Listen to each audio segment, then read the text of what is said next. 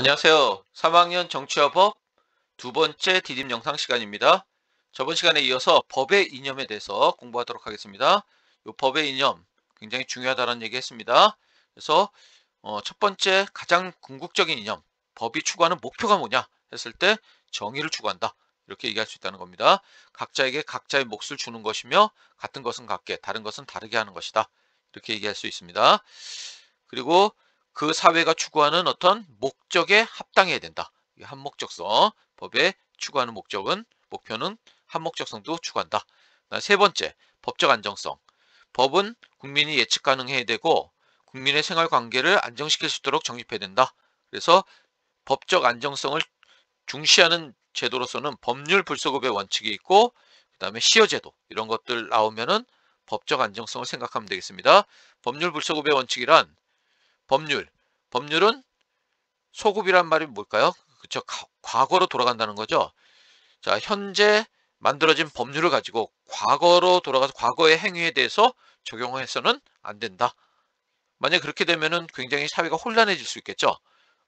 그래서 법률 불소급의 원칙은 법적 안정성을 추구한다. 이렇게 얘기할 수 있고 시효제도는 뒤에서 다시 설명하도록 할게요. 그래서 악법도 법이다. 이런 것들 악법도 어쨌든 법이니까 지켜야 된다. 이런 측면이 법적 안정성을 추구하는 거죠. 악법은 법이 아니다라고 얘기할 수 있는 측면은 뭐와 관계 있을까요? 그렇죠. 바로 정의와 관계 있는 거죠. 정의는 망해도 세계는 살아야 된다. 이런 측면이 법적 안정성의 측면이라는 거. 자, 이렇게 요거는 한번 읽어보시면 되겠습니다. 그 다음에 자, 아까 정의에 대해서 얘기했는데 자, 아리스토텔레스가 평균적 정의와 배분적 정의로 정의를 나누고 있습니다. 평균적 정의와 배분적 정의가 뭔지 한번 보도록 할게요. 인간은 같은 가치를 가지고 있으므로 모두 동등하게 취급해야 된다. 같은 것은 각계의 원칙에 따라 균형을 취해야 한다는 것이 바로 이 평균적 정의인데,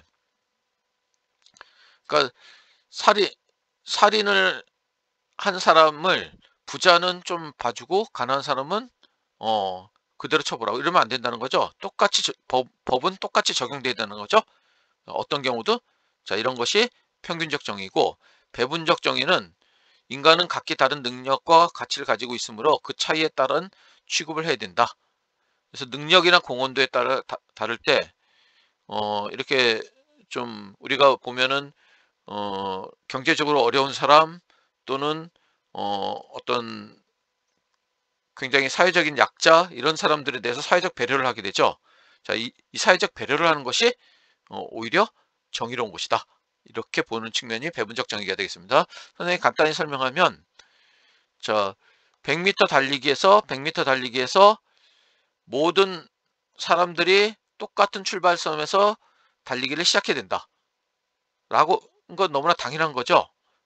자, 이런 측면이 바로 평균적 정의입니다.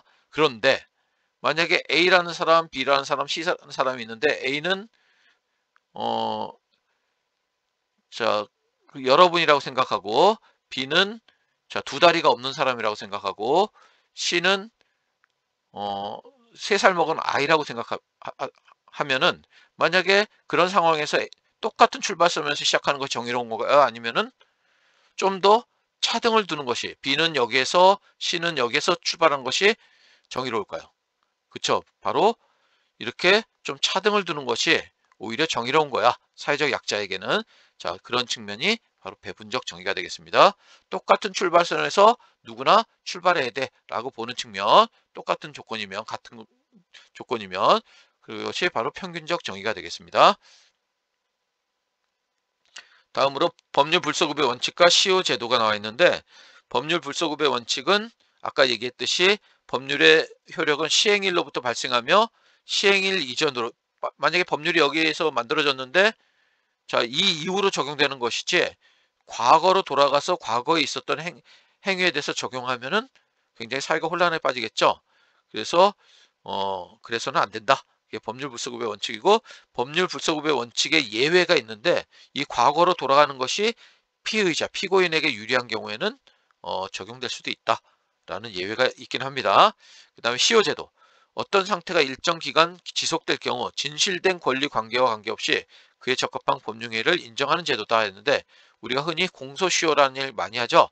일정 기간이 지나면 어떤 범죄 행위에 대해서도 소를 제기할 수 없다 했는데, 예전에 살인죄의 공소시효가 15년이었죠. 그러니까 살인 행위를 저지르고서 15년이 지나면은 그 재판을 걸 수가 없던 그런 시기가 있었습니다. 이거를 공소시효라고 하는데, 이거는 법적 안정성을 추구하는 건데, 우리가 언뜻 생각해도 정의롭지 못하죠.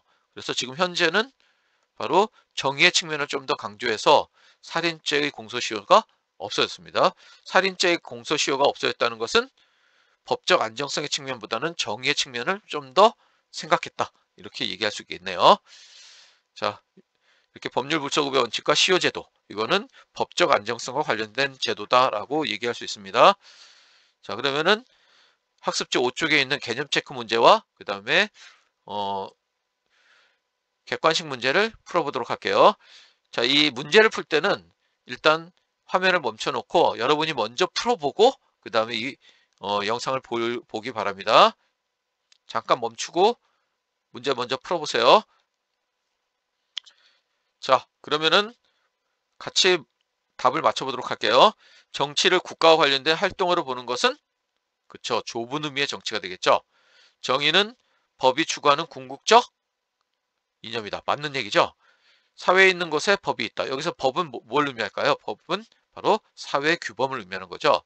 우리가 흔히 얘기하는 법, 좁은 사회 규범에 속하는 법도 포함해서 도덕, 법, 종교 규범, 관습, 이런 것들이 다 포함된 개념이라는 거.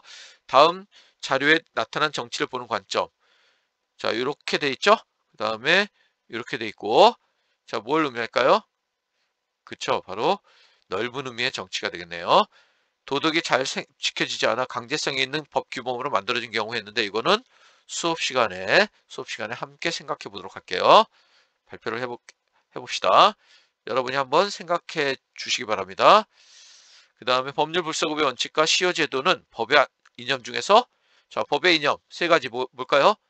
정의, 한목적성, 법적 안정성. 이 중에 법적 안정성에 해당된다 라고 얘기할 수 있겠네요. 아리스토텔레스는 정의를 모든 인간을 같이 취급하는 평균적 정의와 능력과 공헌에 따라 차등 대우하는 배분적 정의로 구분한다 라고 얘기하고 있습니다. 자, 그 다음에 객관식 문제 보겠습니다. 다음 글에 나타난 정치를 바라보는 관점. 자, 이건 어떤 관점일까요? 자, 이런 얘기가 나오죠? 자, 이렇게 나왔으니까 넓은 의미의 정치가 되겠죠? 그러니까 정답은, 자, 여기 기역 니은은 바로 좁은 의미의 정치에 해당되는 말이니까 디귿 니을이 되겠습니다. 2번 두 사례에 공통적으로 나타나는 정치의 기능 했으니까, 여기서는 뭐 타협하고 뭐 이런 말 나오죠? 공청회 진행하고 서로 간의 갈등을 해소하기 위한 거죠. 그러니까 답은 5번이겠습니다. 정치를 바라보는 갑을의 관점, 국가 특유의 현상 했으니까 좁은 의미.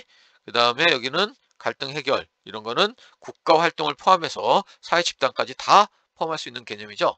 그러니까 넓은 의미가 되겠습니다. 그러니까 여기서 정답은, 자, 뭘까요? 그쵸, 갑의 관점은 여기 다원화된 현대사회 정치 현상, 이거는 넓은 의미와 관계인 말이죠. 그러니까 정답은 2번이 되겠죠. 2번. 자, 이렇게 얘기할 수 있습니다. 자, 그 다음에 표는 정치를 바라보는 관점 A, B를 구분한 것이다 했는데, A와 B.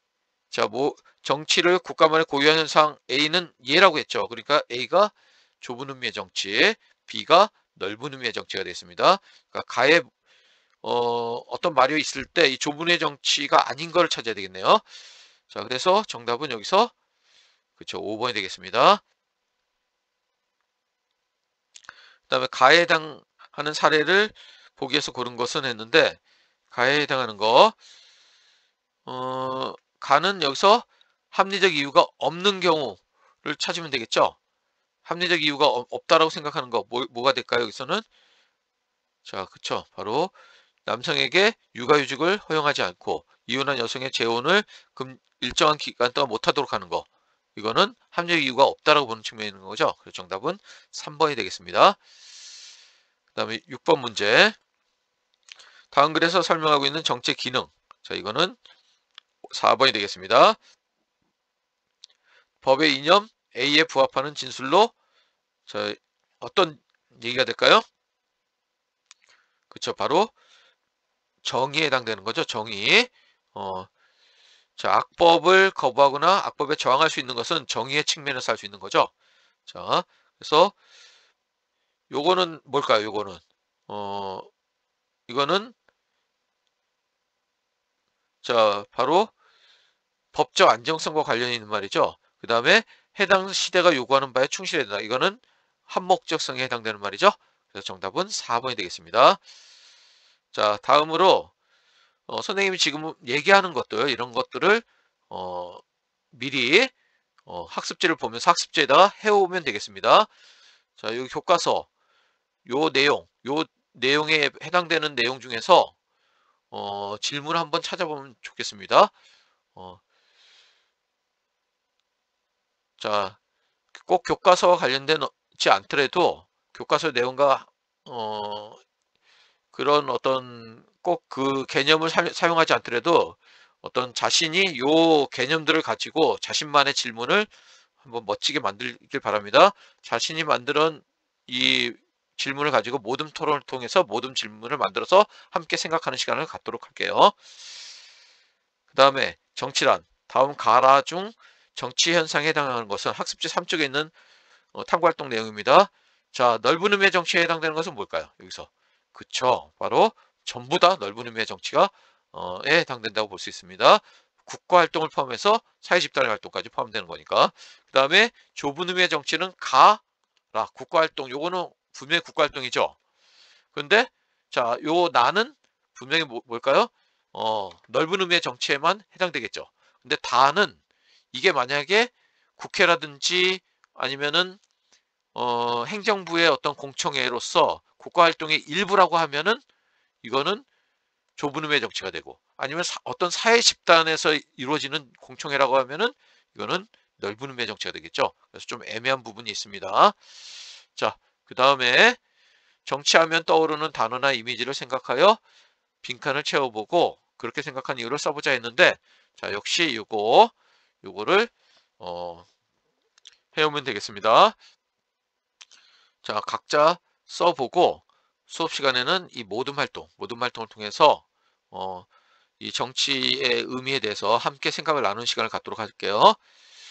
그 다음에 행복한 국가 정치와 국민의 행복 간의 상관관계는 했는데, 자, 여러분도 역시 자, 1번, 2번, 3번을 읽어보고 자신의 어떤 행복 지수를 구해보시기 바랍니다. 자, 그리고 일의 결과가 나타난 이유를 역시 써보시기 바랍니다. 자, 그 다음에 정의와 법적 안정성 했는데, 자,